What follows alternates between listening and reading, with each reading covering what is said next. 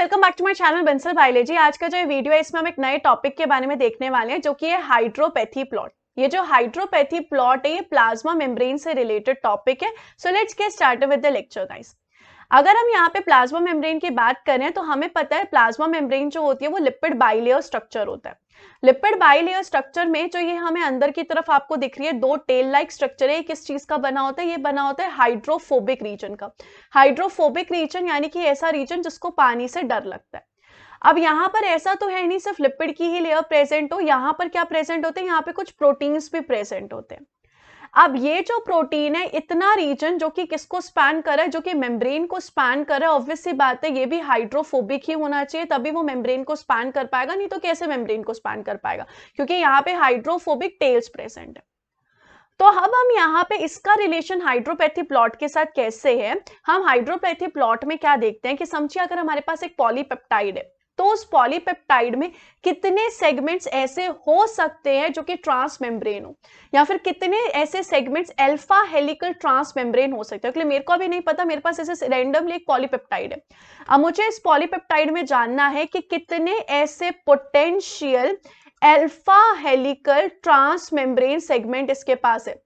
ये अगर मुझे जानना है तो इसके लिए मैं क्या यूज करूंगी? इसके लिए मैं यूज करूंगी हाइड्रोपैथी प्लॉट। ठीक है, इस वाला जो स्ट्रक्चर होता है इस टाइप के स्ट्रक्चर को बोलते हैं अल्फा हेलिकल स्ट्रक्चर। तो इसके लिए मैं करना क्या चाहती हूँ, मुझे सबसे पहले ये देखना पड़ेगा कि इस प्रोटीन के पास ऐसे कितने सेगमेंट्स हैं जिनके पास हाइड्रोफोबिक अमाइनो एसिड एक साथ प्रेजेंट होंगे।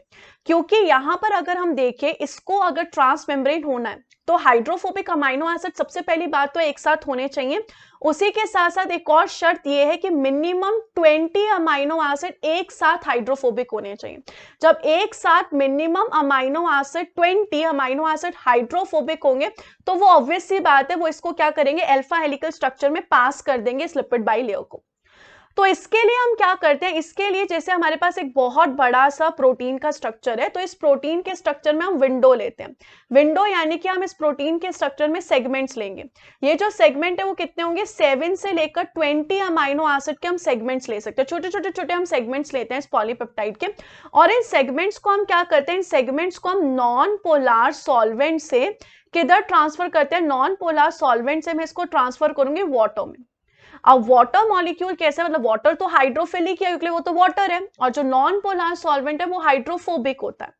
तो अगर मैं यहां से ट्रांसफर कर रही हूं किसको? हाइड्रोफोबिक मॉलिक्यूल्स को, यानी कि हाइड्रोफोबिक अमाइनो एसिड वाले सेगमेंट को अगर मैं यहां से ट्रांसफर करूंगी तो वो ऑब्वियसली वो जाना नहीं चाहेगा। वो बोलेगा अरे मैम मुझे नहीं जाना यहाँ पे वाटर की तरफ, मैं नॉन पोलर सॉल्वेंट में बहुत खुश हूं। लेकिन फिर भी अगर हम उसको भेज रहे हैं तो उसके लिए हमें एनर्जी लगानी पड़ेगी। तो यहां पर जो गिब्स फ्री एनर्जी होती है वो कैसी होगी? पॉजिटिव होगी। यहाँ पे गिब्स फ्री एनर्जी कैसी होगी? पॉजिटिव होगी। वहीं अगर मैं यहां से मूव करवा रही हूं ऐसे अमाइनो एसिड जो कि हाइड्रोफिलिक अमाइनो एसिड है। हाइड्रोफिलिक अमाइनो एसिड कौन से अमाइनो एसिड होते हैं? जो वाटर में सॉल्यूबल होते हैं।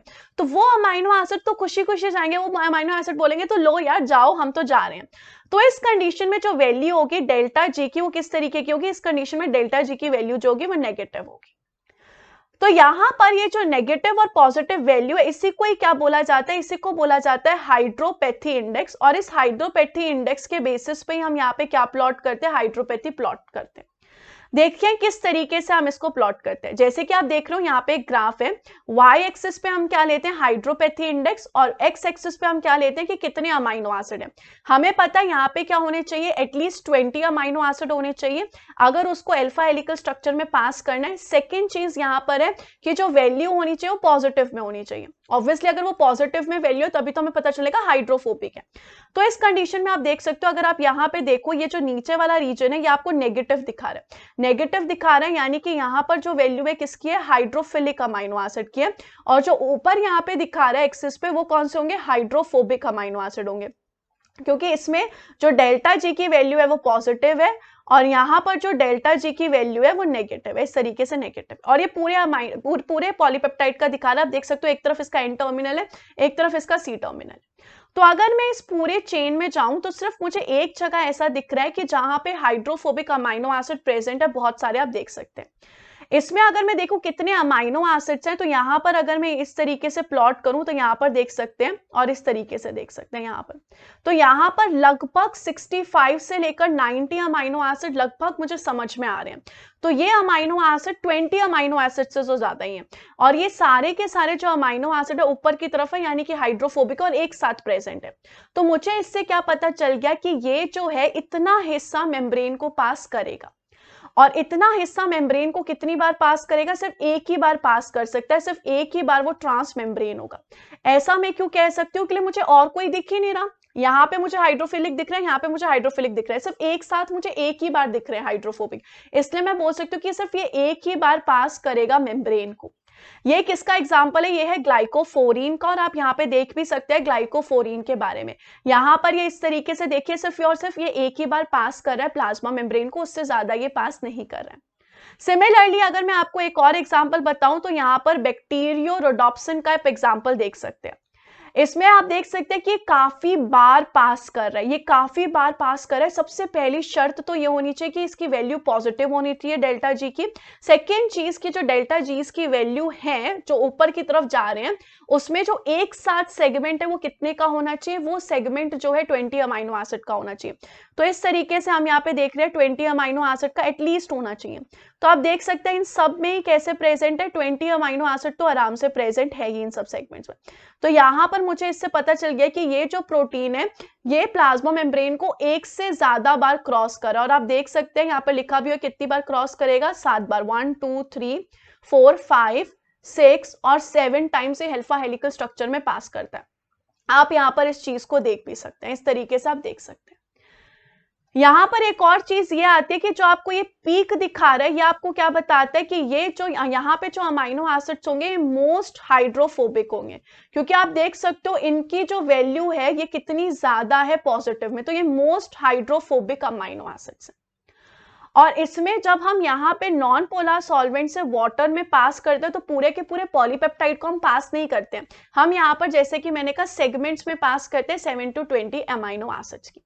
तो इस तरीके से हम हाइड्रोपैथी इंडेक्स को यूज करते हैं या हाइड्रोपैथी प्लॉट को देखते हैं कि एक पॉलीपेप्टाइड में ऐसे कोई चांसेस है क्या कि अल्फा हेलिकल स्ट्रक्चर में जो प्लाज्मा मेम्ब्रेन को पास कर सके।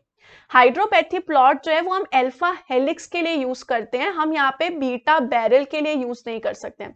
बीटा बैरल भी प्लाज्मा मेम्ब्रेन को क्रॉस करता है, लेकिन ये हाइड्रोपैथी प्लॉट सिर्फ और सिर्फ अल्फा हेलिकल के लिए होता है। सो आई होप गाइस ये लेक्चर आपको बहुत अच्छे से समझ में आ गया होगा। Thank you so much for watching this video. Don't forget to subscribe my channel, share this video with all your friends. Thank you so much guys, bye bye, take care.